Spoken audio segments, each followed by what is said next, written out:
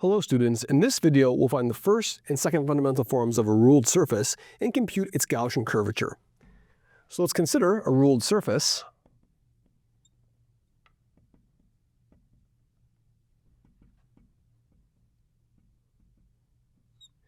Meaning that the surface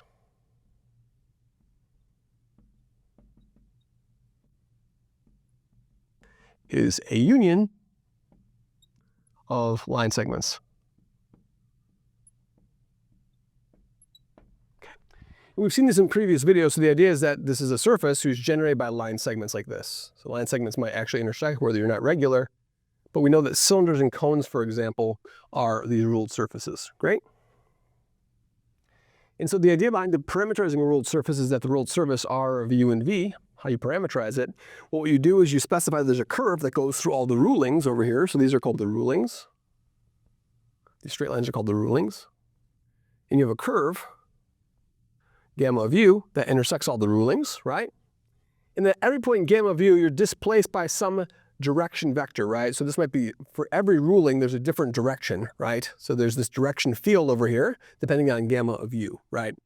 And so this will be your curve gamma of U plus some constant V, some distance you are away from the displacement or the direction. I'll call that D of U, where D of U is the direction of the ruling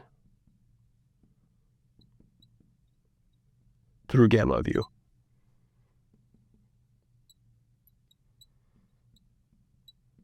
Okay, great. And so now, of course, let's do the first fundamental form. So if I look at the first fundamental form,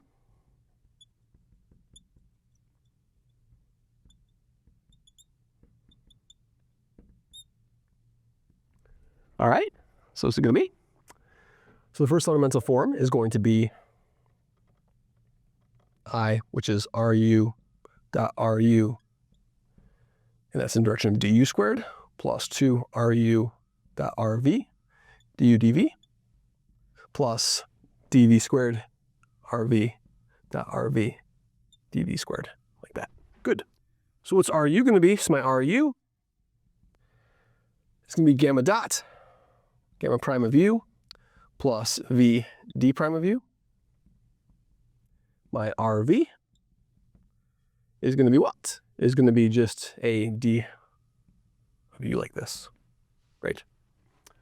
All right, so let's do RU dot RU. All right. And let's assume that, we can assume that gamma is an arc length parameter if we wish, right? And so what will this be? This first fundamental form over here is going to be what? So if gamma is an arc length parameter, so RU dot RU, let's do it. It's going to be gamma dot plus v d prime dot gamma dot plus v d prime. So it's going to be a v dot squared, v dot plus v dot, we can put dots on the d too, right? Plus 2 v dot dot d dot. And then what? And then a v squared and the length of d dot squared. It happens to be a unit vector over there. Okay, great. So that's the du component. So I'm going to say that's 1. I'm assuming the curve is an arc length parameter. And then plus 2 v, and then gamma dot dot d dot, and then v squared d dot squared du. All right, if we do RU dot RV, what are we going to get over here? So RU dot RV, we're going to have the following. We're going to have 2 of these things over here. So we're going to have 2 of these dot products, 2, and then I say d dot gamma dot, and then a v, and then a d dot d dot, du dv. And then finally a plus what? And then finally a plus length of d quantity squared.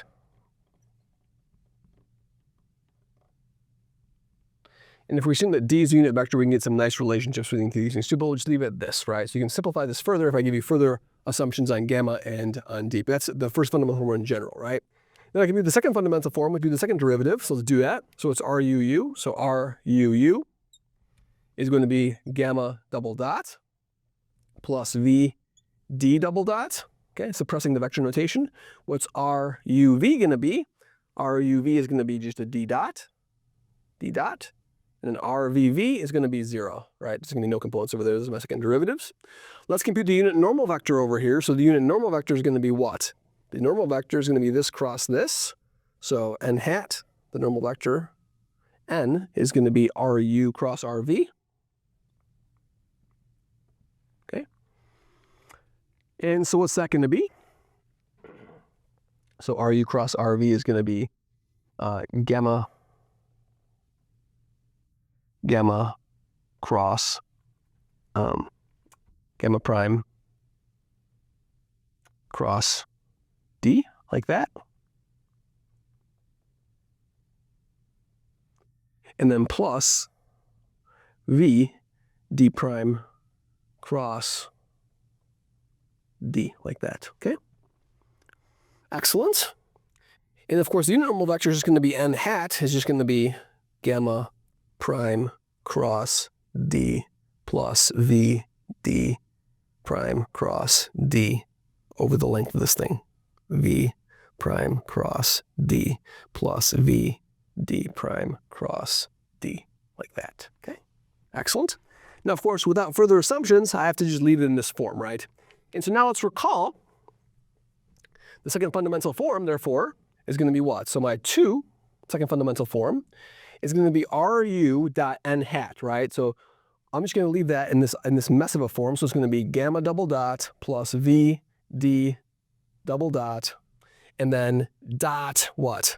Dot this huge expression over here. So gamma prime cross d, I'm just going to leave it in abstract notation, plus v d prime cross d over the length of gamma prime cross d plus v d prime cross d. That's my du squared. Beautiful. And then, so this is really like my L, right? It's like my L term over here. It's an ugly mess. And then what's my du dv term? So I have to d dot with the normal vector over here, right? And so that's going to be my m term over there. So I'm going to say, what's my m going to be? Plus 2 d dot cross n hat, right? So I'm going to do d dot cross this thing over here. So I'm going to do d dot cross this whole mess. Gamma prime cross d plus v d. Its name is dot. So dots and primes are the same here. So dot is equal to prime over here for our calculation. And then cross what? Cross d over the length of this thing.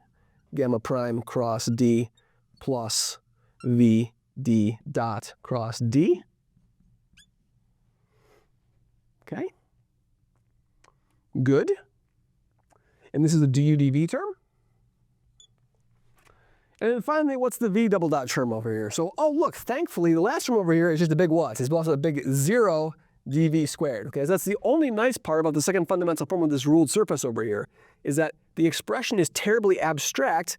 Even if I put the curve into arc length parameter, even if prime is dot, and this is of course the arc length parameter, I'm just assuming arc length parameter, right? Arc length parameter to make my life a little bit easier, right? Of course, I could use the back cab identity over here. I could use the back cab. I could say that this is going to be 0 over here by when I cross those two things. So that's perpendicular to d prime. So there's some calculations that can be simplified in this. I don't want to have to do that. Of course, this is going to be what? This is not going to be a cross. It's going to be that's going to be not a cross, but that's going to be a dot product actually. It's going to be the second fundamental form. So it's going to be a dot. So it's going to be d dot this thing. Okay. So there's even further things I can do. So that's going to be 0 now. Okay. So the whole point now is that if I look at the second fundamental, if I look at the Gaussian curvature of this thing, that's where things really turn nice. The Gaussian curvature is what for? It's really ln minus m squared, but that's the second fundamental form, divided by what? Divided by E, F, E, G. Remember, this is E, F, G, right? So E, G minus F squared. And of course, that's positive definite, right? So this thing in the denominator is always greater than or equal to 0 over here, right? So this is equal to, now, of course, what's my n? My n over here is 0. So the spherical curvature is negative m squared, this humongous ugly mess. I'd have to fill that in, right? Divided by what? It's divided by something that's positive, or at least not negative, right?